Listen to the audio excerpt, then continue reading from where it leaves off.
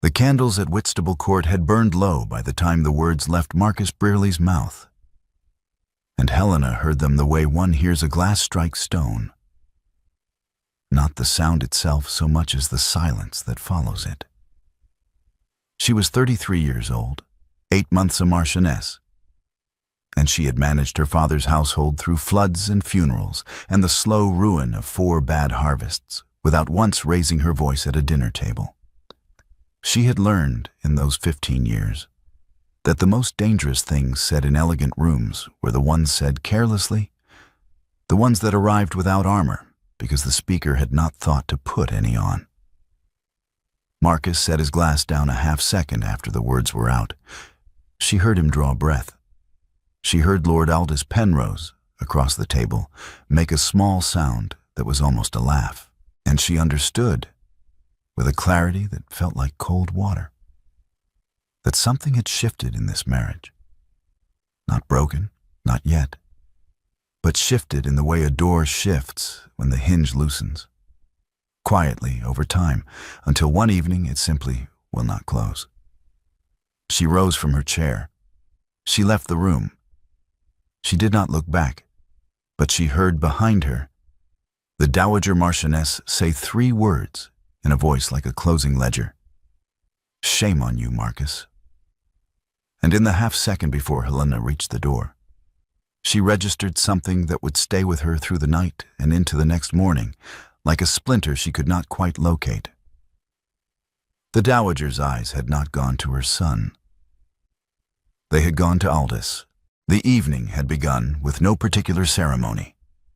6 at the small dining table in the east wing, Marcus at the head, Helena to his right, the Dowager Marchioness of Whitstable in her habitual chair opposite the window, Lord Aldous Penrose and his wife Lady Penrose filling the middle seats, and a visiting cousin named Hartley who had arrived from Bath that afternoon and would be gone by Friday.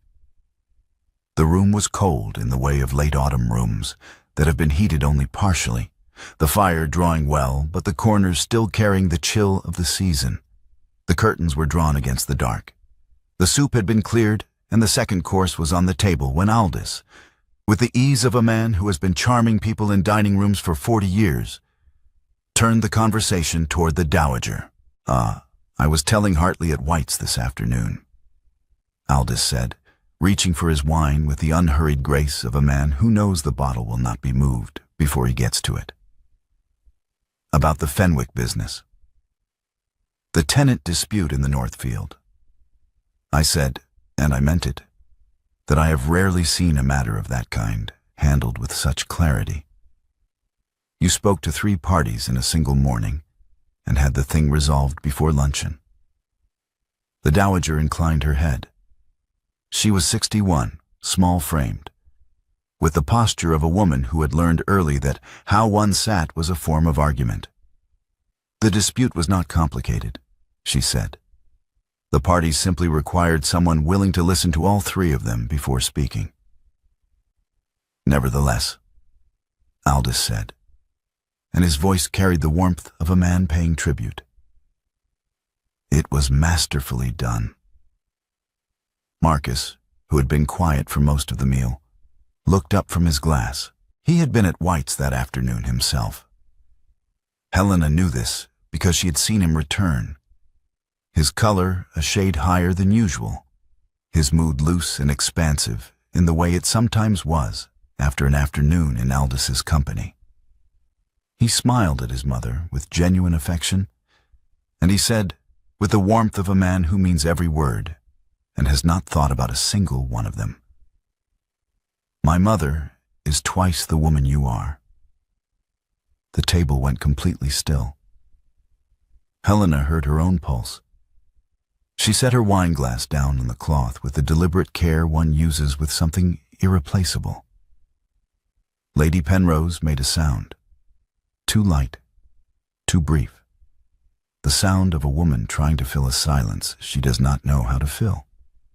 Hartley coughed.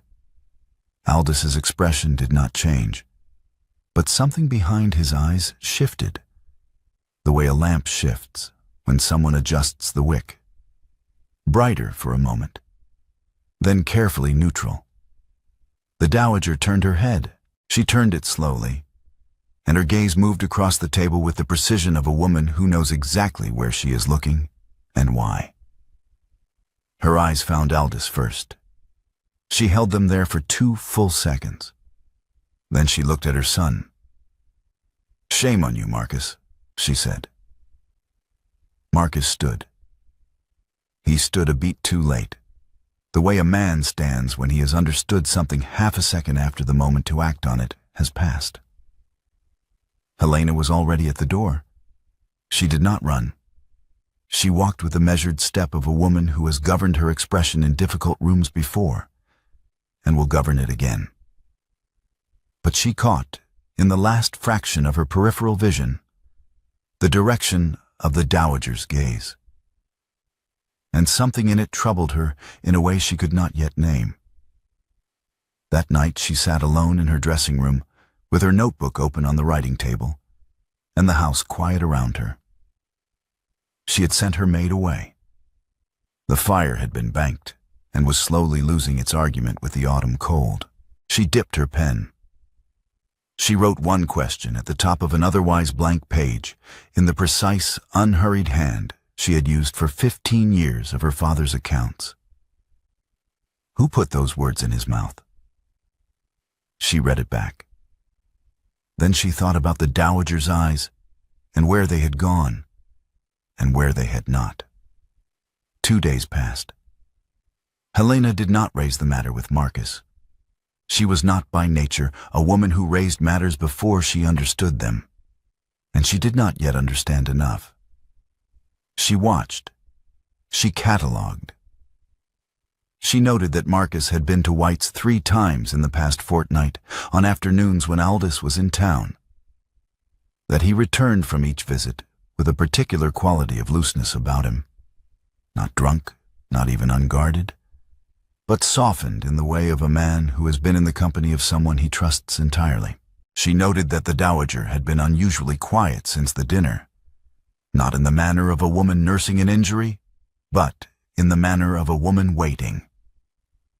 On the second morning after the dinner, the dowager found her in the small sitting room.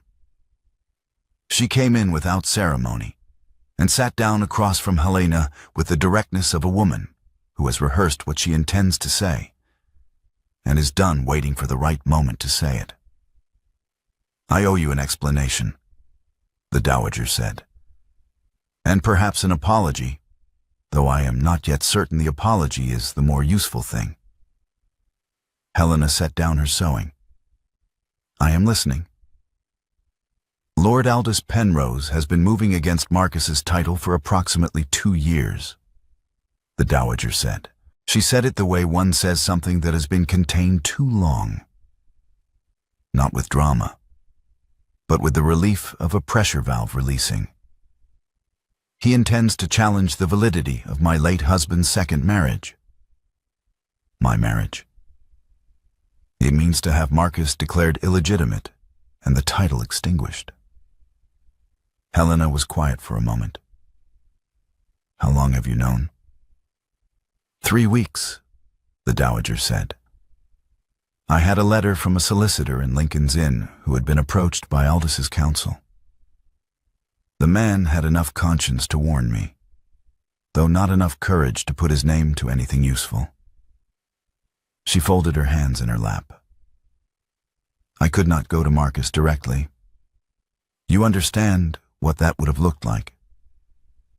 A mother interfering, a mother who has always thought her son too trusting of his uncle, a mother whose objections could be dismissed as precisely that. Maternal anxiety, old grievances dressed as new intelligence. So you needed someone else to see it," Helena said. "I needed someone alert enough to ask the right question," the dowager said. "The dinner was not an accident. I allowed it to proceed because it was the only door I could see to open." She paused. "I am sorry for the method. It was not kind." Helena looked at her for a long moment. "I have not yet decided whether to forgive you for it," she said, with perfect evenness. "I will let you know." The dowager almost smiled. That is fair. That afternoon, Helena went alone to the study in the London house. She was looking for the marriage settlement documents. She had a specific reason, a figure she wished to verify. And she went through the desk drawers with the systematic efficiency of a woman who has organized other people's papers for the better part of her adult life. She found the settlement in the second drawer, but in the third drawer, beneath a folded map and 2 unsigned letters, she found something else. A sealed packet, thick with pages, addressed in a hand she recognized from the dowager's description. Lord Aldous Penrose's careful, lawyerly script, to a named peer on the Committee of Privileges. She held it for a moment. She thought about the dowager's eyes at the dinner table. She thought about the question she had written in her notebook. She broke the seal. The study at the London house was a room that showed its owner's temperament in the way rooms do when no one has thought to curate them. Books opened and left face down on the desk. 2 chairs pulled close to the fire from different angles. A map of the northern counties spread across the corner table with one edge weighted by a glass. Helena had come to know this room in 8 months of marriage. She knew that Marcus thought best on his feet, that he left his pen uncapped when he was distracted, and that he could not work in a room where the fire had gone out. She placed the unsealed packet on the desk in front of him at 9 o'clock in the evening, and she waited. Marcus read the top document. He turned to the second page. He went back to the first. He sat down. He read it again from the beginning, and this time he went all the way through to the final page. And when he looked up, his face had the particular quality of a man who has just understood something that rearranges a significant portion of his past. "This is a petition," he said, "to the Committee of Privileges." "It is a draft petition," Helena said, still standing. "To have your father's first marriage declared valid and the subsequent annulment set aside. If it succeeds, your parents' marriage is invalid. You are illegitimate. The title passes to the next male line." She paused. "Which is Aldous?" Marcus set the document down. He said nothing for a moment. "Where did you find this?" he asked. "In your desk, third drawer." He looked at the drawer as though it had deceived him personally. Then he looked at her. "Who told you to look?" he asked. "Your mother," Helena said. "Indirectly." She moved to the chair across from him. "Marcus, who gave you those words at the dinner? The precise words. Who said them to you first?" She watched the answer arrive on his face before he spoke it, not as a revelation, but as a recognition. The way one recognizes something one has been looking at for years without seeing it. His jaw tightened. He set his hands flat on the desk. "Aldous," he said. "That afternoon at White's. He said—" He stopped. He pressed his mouth together. He said that Helena's father had relied on her too heavily, that a wife who had managed a household like a steward would need to be reminded of her proper place, that a man who did not establish that clearly would find his domestic arrangements becoming complicated. He framed it as counsel. The last word came out with a particular quality of disgust, directed entirely inward. Helena said nothing. "He gave me the words," Marcus said. "He gave me the words, and I said them at my own dinner table to my wife, in front of my mother." He stood up abruptly and walked to the window. He stood there for a moment with his back to her. "How long has he been planning this?" 2 years, at minimum," Helena said. "Your mother has known for 3 weeks." She let him absorb that. "We have 11 days before the petition is dated for submission. I need to know if you intend to sit in that chair and feel the full weight of it, or whether we are going to work." He turned around. He looked at her, really looked at her. with the focused attention of a man who is seeing clearly for perhaps the first time in a long while. "What do we need?" he said. They worked until past midnight. Helena moved through the problem the way she moved through everything, methodically, without sentiment, with the particular efficiency of a woman who had spent 15 years reading correspondence that other people found overwhelming. She knew how to identify the load-bearing beam in a complex situation. She knew which facts were foundational and which were ornamental. She built the list. Which peers sat on the committee of privileges, which had known Aldous longest, which had reasons of their own to be persuaded. She mapped the field the way her father's solicitor had once taught her to read a disputed estate. Not by what was claimed, but by what could be proven. Marcus followed her reasoning, asked sharp questions, pushed back twice on her assessments with arguments she had to concede were sound. She noted this. He was better at this than she had expected. He had been kept from it, she thought. Kept occupied with the things Aldous had steered him toward, kept away from the things that would have made him harder to manage. Near midnight, she gathered the papers into order and rose to leave. She lifted her shawl from her own chair, and then, without speaking, without making anything of it, she laid it over the back of Marcus's chair, where the cold came in from the window. She did not touch him. She simply left it there and went to bed. An hour later, alone in the study with the fire burning low and the papers spread around him, Marcus noticed the shawl. He reached for it. Then he stopped. He left it exactly where she had placed it and worked on until the candle burned to its base. Aldous came to the London house 3 days later, on an afternoon when Marcus was out making inquiries. He arrived with the ease of a man who has always been welcome in this house and sees no reason to question whether that welcome still holds. Helena received him in the morning room. He was charming. He was warm. He expressed, with every appearance of genuine concern, his hope that Helena was finding London comfortable at this time of year, that the house was not too drafty, that she was not finding the social season too demanding for someone who had come to it relatively late. He asked after her sisters. He mentioned, with gentle avuncularity, that her sister in Somerset had a lovely home, very quiet, very comfortable, that it might be a pleasant place to spend the coming weeks, given that Marcus would likely be occupied with various business matters. Helena listened to all of it with the expression she had learned to wear in the years of managing difficult negotiations on her father's behalf. Attentive, pleasant, giving nothing.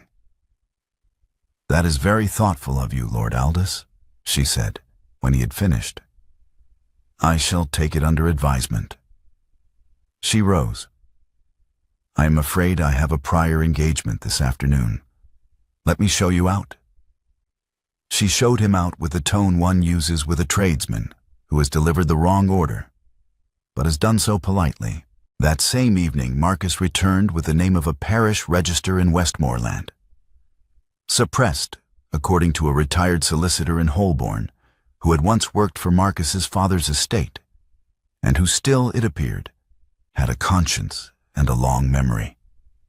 The register contained the record of an annulment, the formal, legal dissolution of Marcus's father's first marriage, completed and sealed before the second marriage had taken place.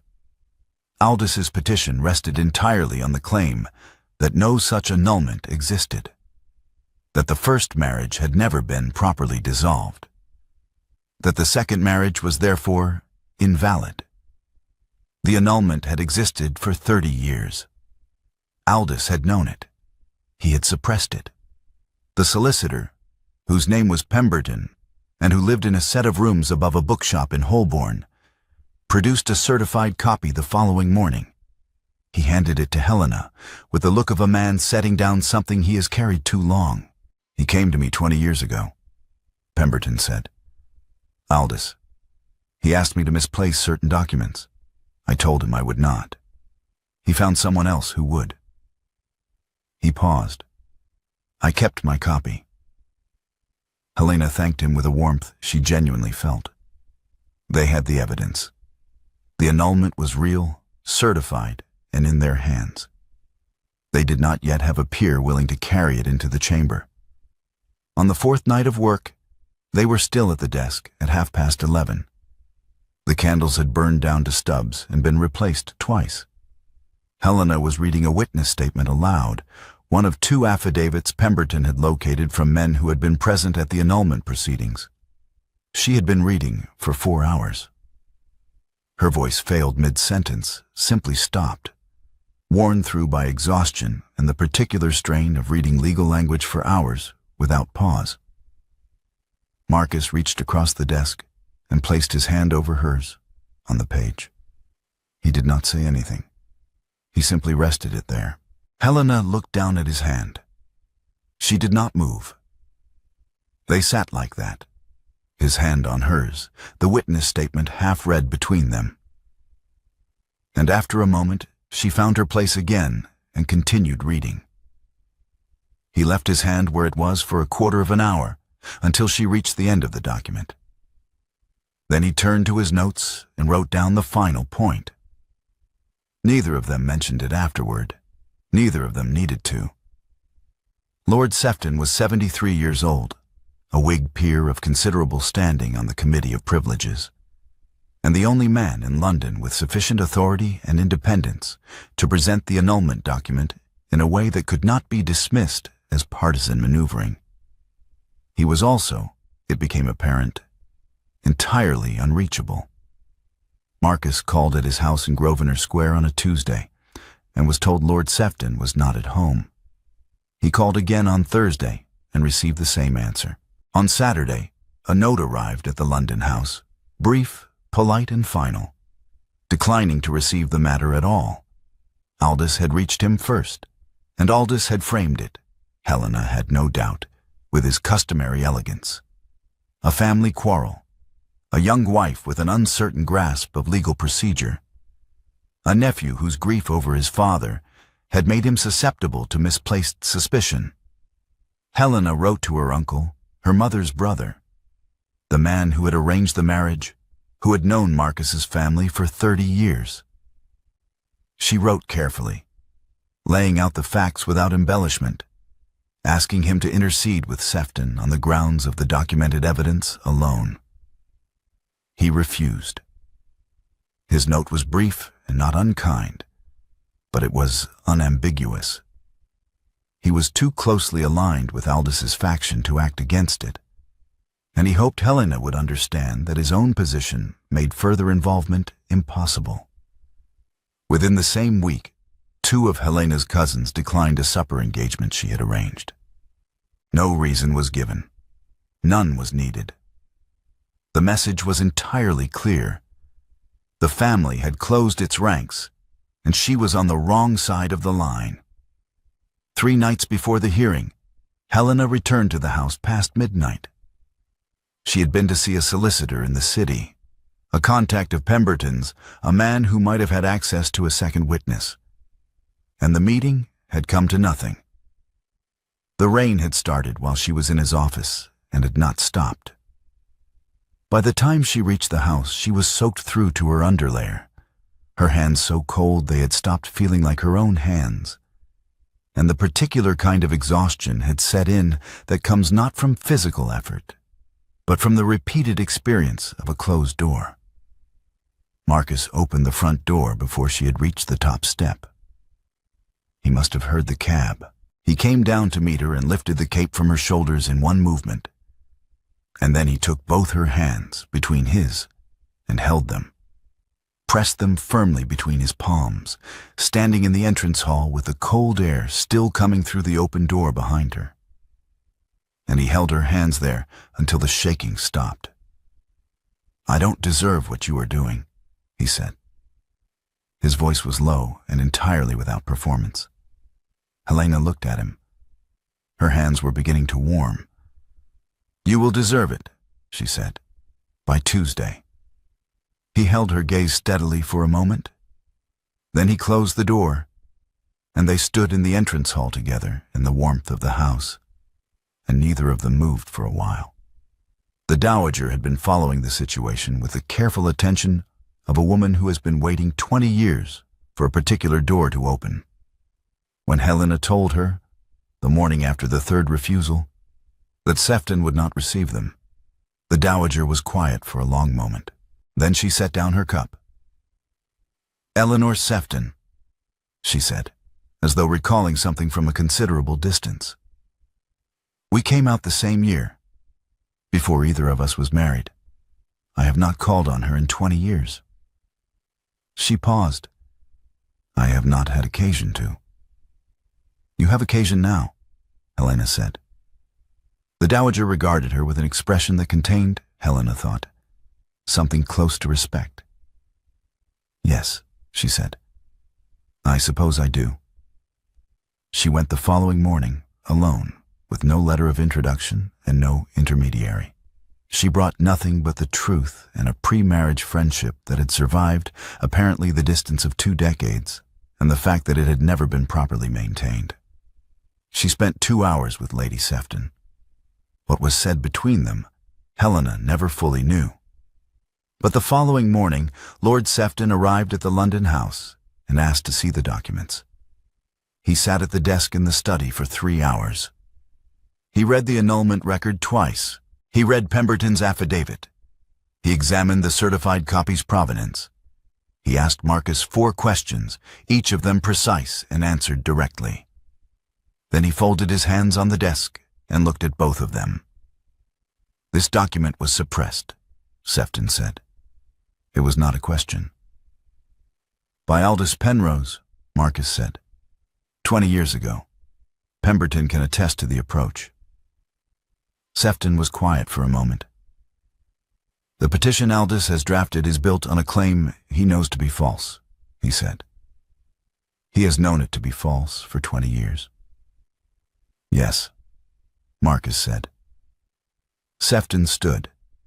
He was old and moved carefully, but he moved with the deliberateness of a man who has made a decision and intends to act on it. "I will carry the document into the chamber," he said. "I will present it under my own authority.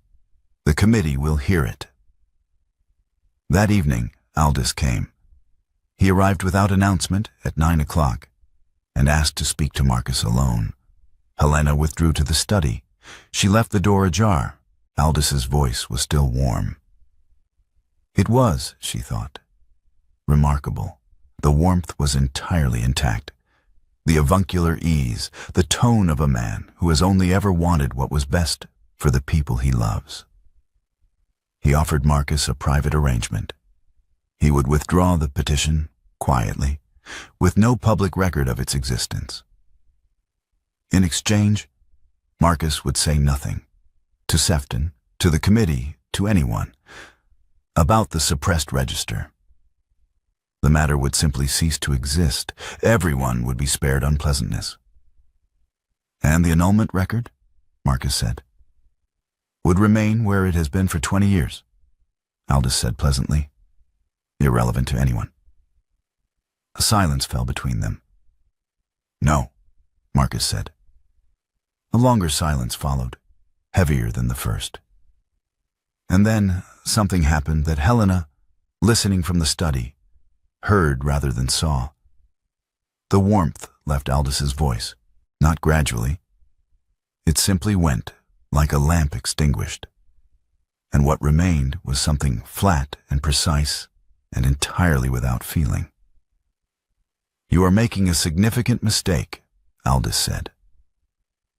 "I have been making significant mistakes for 20 years," Marcus said. "Most of them at your instruction. I don't intend to make another." She heard Aldous leave. She heard the front door close.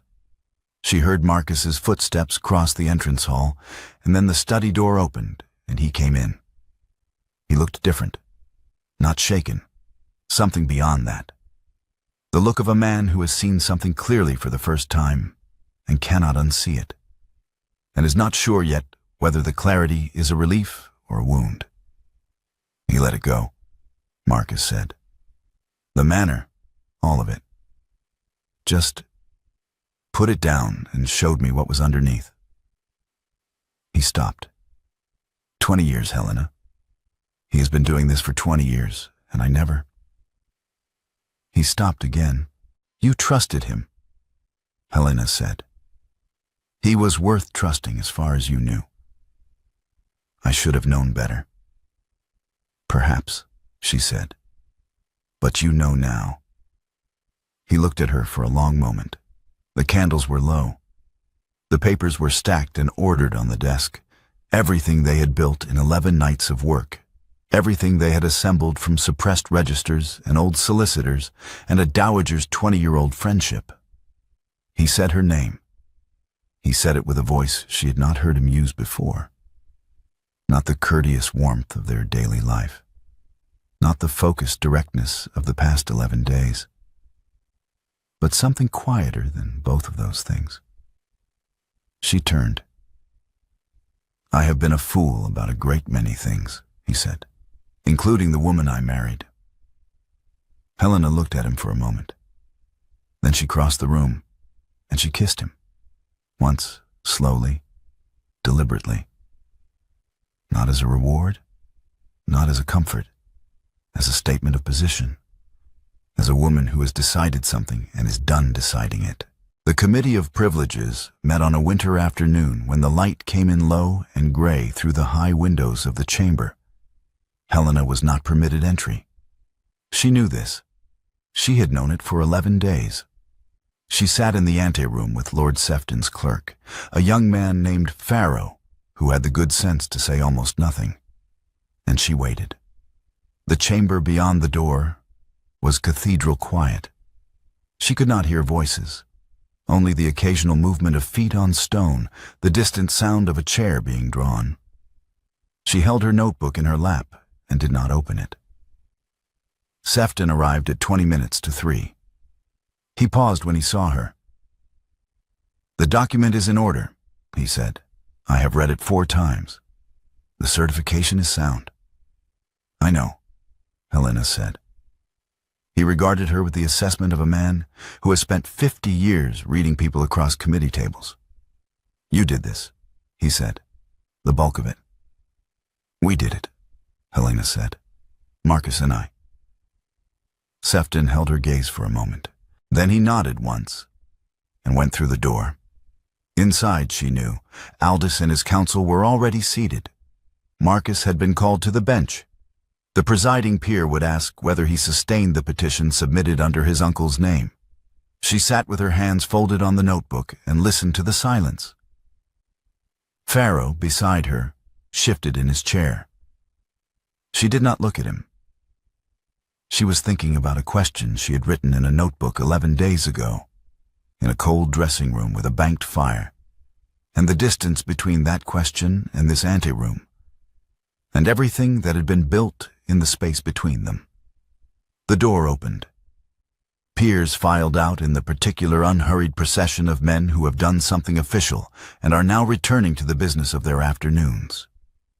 She stood. She watched the door. Marcus came through last. He stopped when he saw her. He was pale, not frightened, but the pale of a man who has said something in a formal room that cannot be unsaid, and is still carrying the weight of it. He crossed to her in 3 steps. He took her hand.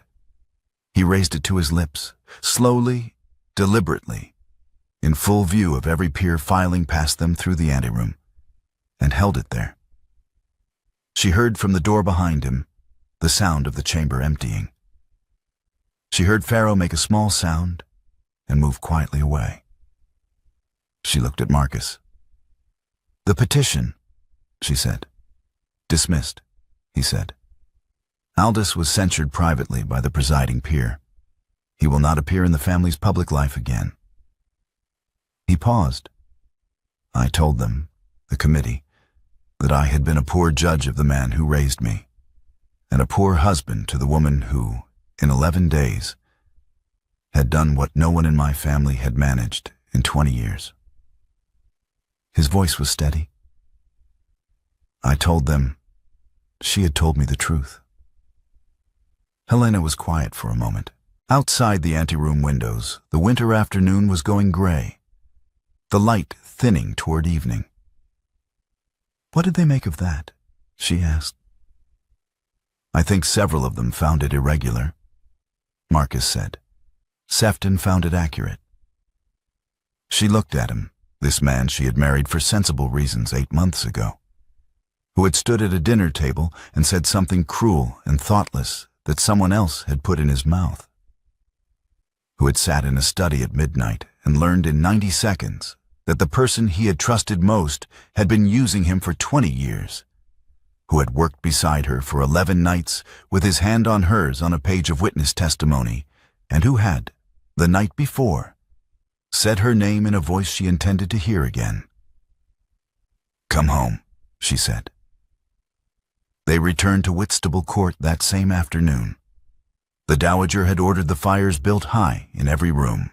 She was waiting in the entrance hall when they arrived. And she looked at Helena with an expression that was not quite an apology and not quite gratitude, but contained something of both. And Helena held her gaze and gave a small, deliberate nod. And the Dowager understood what it meant. She retired early, smiling for the first time in months. Marcus and Helena were left alone in the small sitting room. The same room where the dinner had been, now transformed by the simple rearrangements of furniture that occur when a house has been lived in rather than performed in. The chairs had been moved. The table had been cleared of its formal dressing and held only a lamp and a small vase of late autumn flowers. The fire was high, and the room was genuinely warm, the kind of warmth that settles into the walls rather than merely occupying the air. Marcus extinguished the lamps, one by one. The firelight was enough. The following morning, the rain had stopped. Winter sunlight came through the breakfast room windows in long, pale lines across the table, and 2 chairs had been pulled close together. Not across from each other, as chairs at a breakfast table are usually placed, but side by side, facing the window and the light. Helena's cup sat beside Marcus's. The remains of a shared meal were on the table, a half-eaten plate, a pot of tea that had been refilled once, a single book lying open face down that neither of them had actually read. At the small writing desk by the window, a letter lay open in Helena's hand, begun but not yet sealed, addressed to her 3 sisters in the precise, unhurried script she had used for 15 years of her father's correspondence. It opened with a single line: "I have something to tell you about marriage." The rest of the letter was several pages long. On the mantelpiece, in a small silver frame that Helena had placed there herself the previous evening, was a note in the Dowager's handwriting. 3 words on a folded card, delivered the morning after the dinner at Whitstable Court and kept, since then, in the back of Helena's notebook, without full understanding of its meaning. She had read it the morning it arrived and thought it an apology.